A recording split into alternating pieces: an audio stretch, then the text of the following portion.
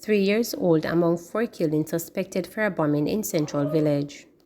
4 people, including a 3-year-old child, burned to death in their home in Central Village, St. Catherine, Tuesday morning after it was reportedly firebombed. Information reaching reporters is that the house was set ablaze sometime after 1 a.m. by unknown assailants, killing a mother, her 2 daughters, and her 3-year-old grandson. Residents in the area reported they heard screams coming from the house where the incident happened. The identities of the deceased have not yet been released. This is the second suspected firebombing incident in Central Village in the last 24 hours. On Wednesday, a man was killed and his home set ablaze. Security guard shot and killed, 2 others wounded in Ochoa's robbery. A security guard was shot and killed and 2 others, including a child, shot and wounded during a robbery at the Cambia in Ochoa, St. Anne. The incident occurred about 5:40 p.m. at 20 Main Street. Reports were that the security guard was on duty at the Cambio, which was being closed for the day. The police say a white Toyota Probox was driven to the location. 2 men, both armed with guns, came from the vehicle and opened gunfire at the security guard, who fell to the ground.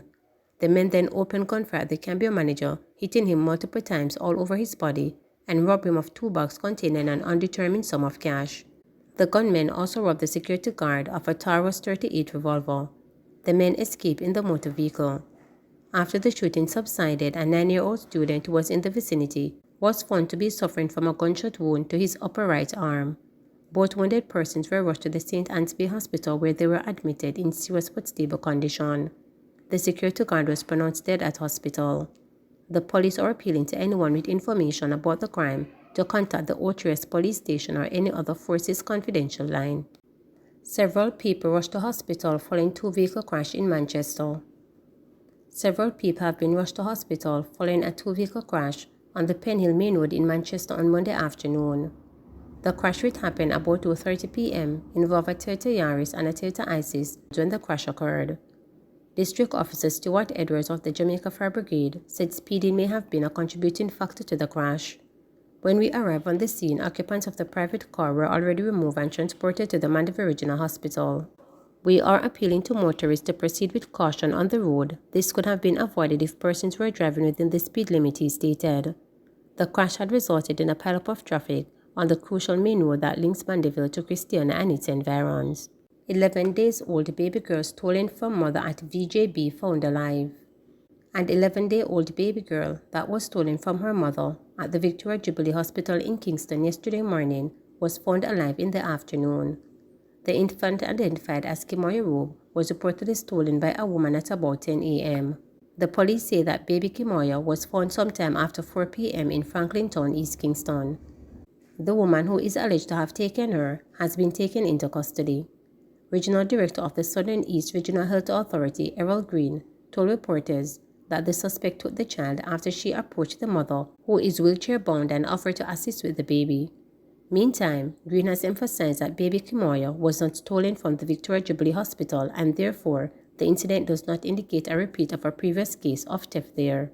He stressed that the baby was taken away after the mother handed her to the woman.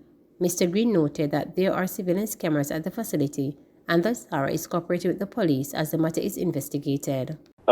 Mother presented herself at the Victoria Jubilee Hospital for treatment this morning. The mother is suffering from cerebral palsy. She came with her spouse and her baby. From the information we have, a woman unknown to the mother befriended the mother, had completed their business at the Victoria Jubilee and were exiting the facility when the spouse of the lady went to transact some business. I understand he went to buy patties or to buy a patty. The lady who befriended the mother approached her and took the baby from the mother and left. The matter was reported to the police.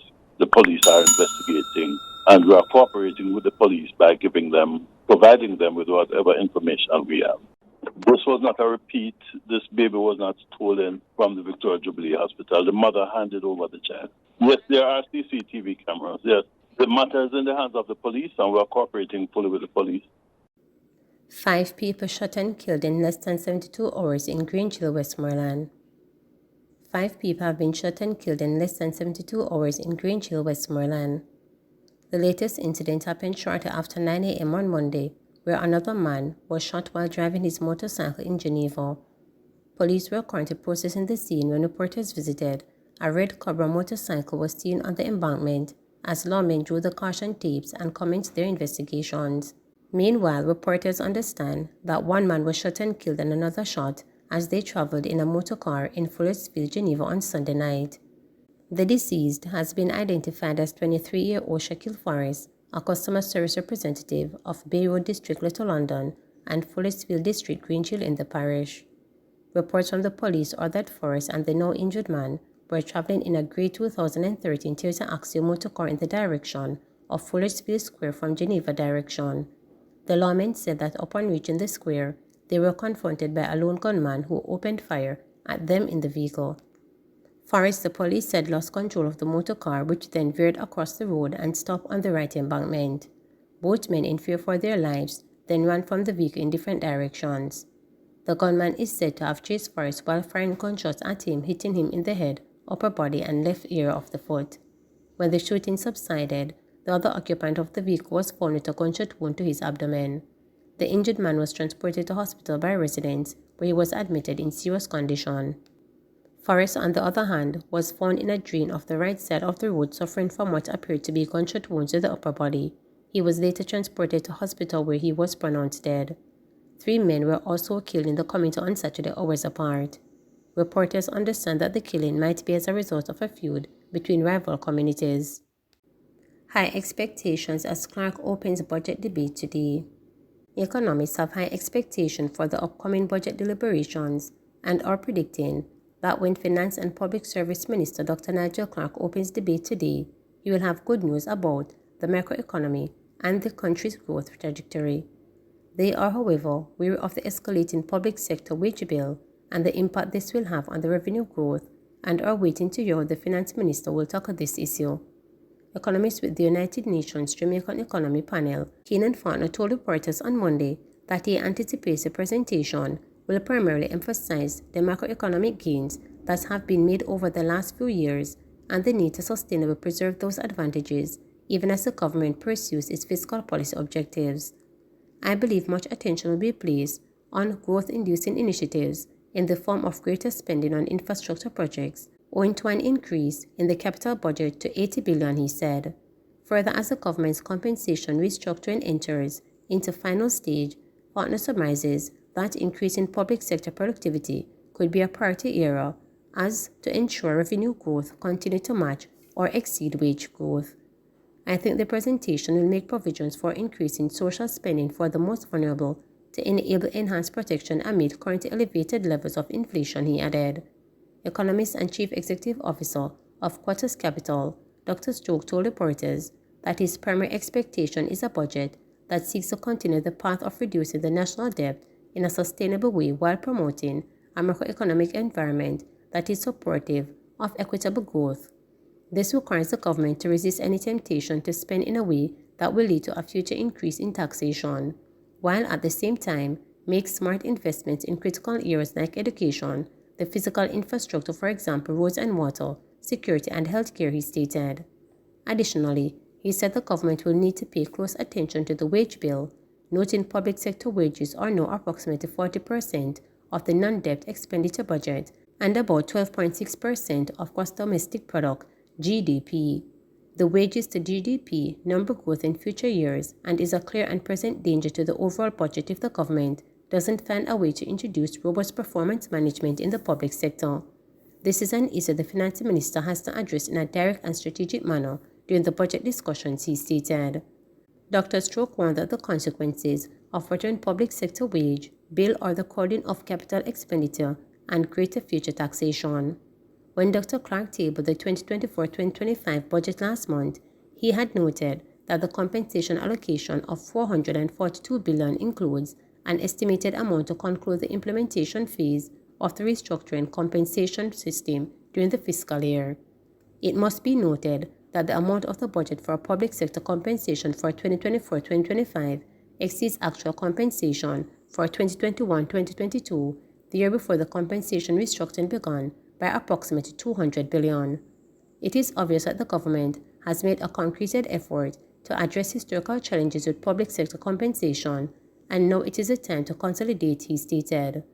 In the meantime, economist and politician Dr. Andre Harton shared a different perspective, noting that he expects the finance minister to address Jamaica's labor and total factory productivity problems faced over the year. I also expect him to speak about our low literacy rate and skills retention rate and how the government plans to improve on this, he noted. Dr. Harton said he also expects Dr. Clark to talk about our anemic economic growth and the fact that we have not been able to accomplish a high level of growth. I also expect him to speak about the low GDP per capita and how Jamaica plans to accomplish our Vision 2030 goals over the next 6 years. Dr. Clark, in his opening budget presentation, is expected to tell the nation how the government will finance the $1.3 trillion budget. The debate will continue on Thursday, March 14, when the opposition spokesman on finance, Julian Robinson, will make his contribution. Opposition leader Mark Gordon will continue to the debate on Tuesday, March 19, before Prime Minister Andrew Holness makes his contribution on Thursday, March 21. Dr. Clark will close the debate on Tuesday, March 26. Please remember to subscribe, like, share, and click the notification bell for daily updates.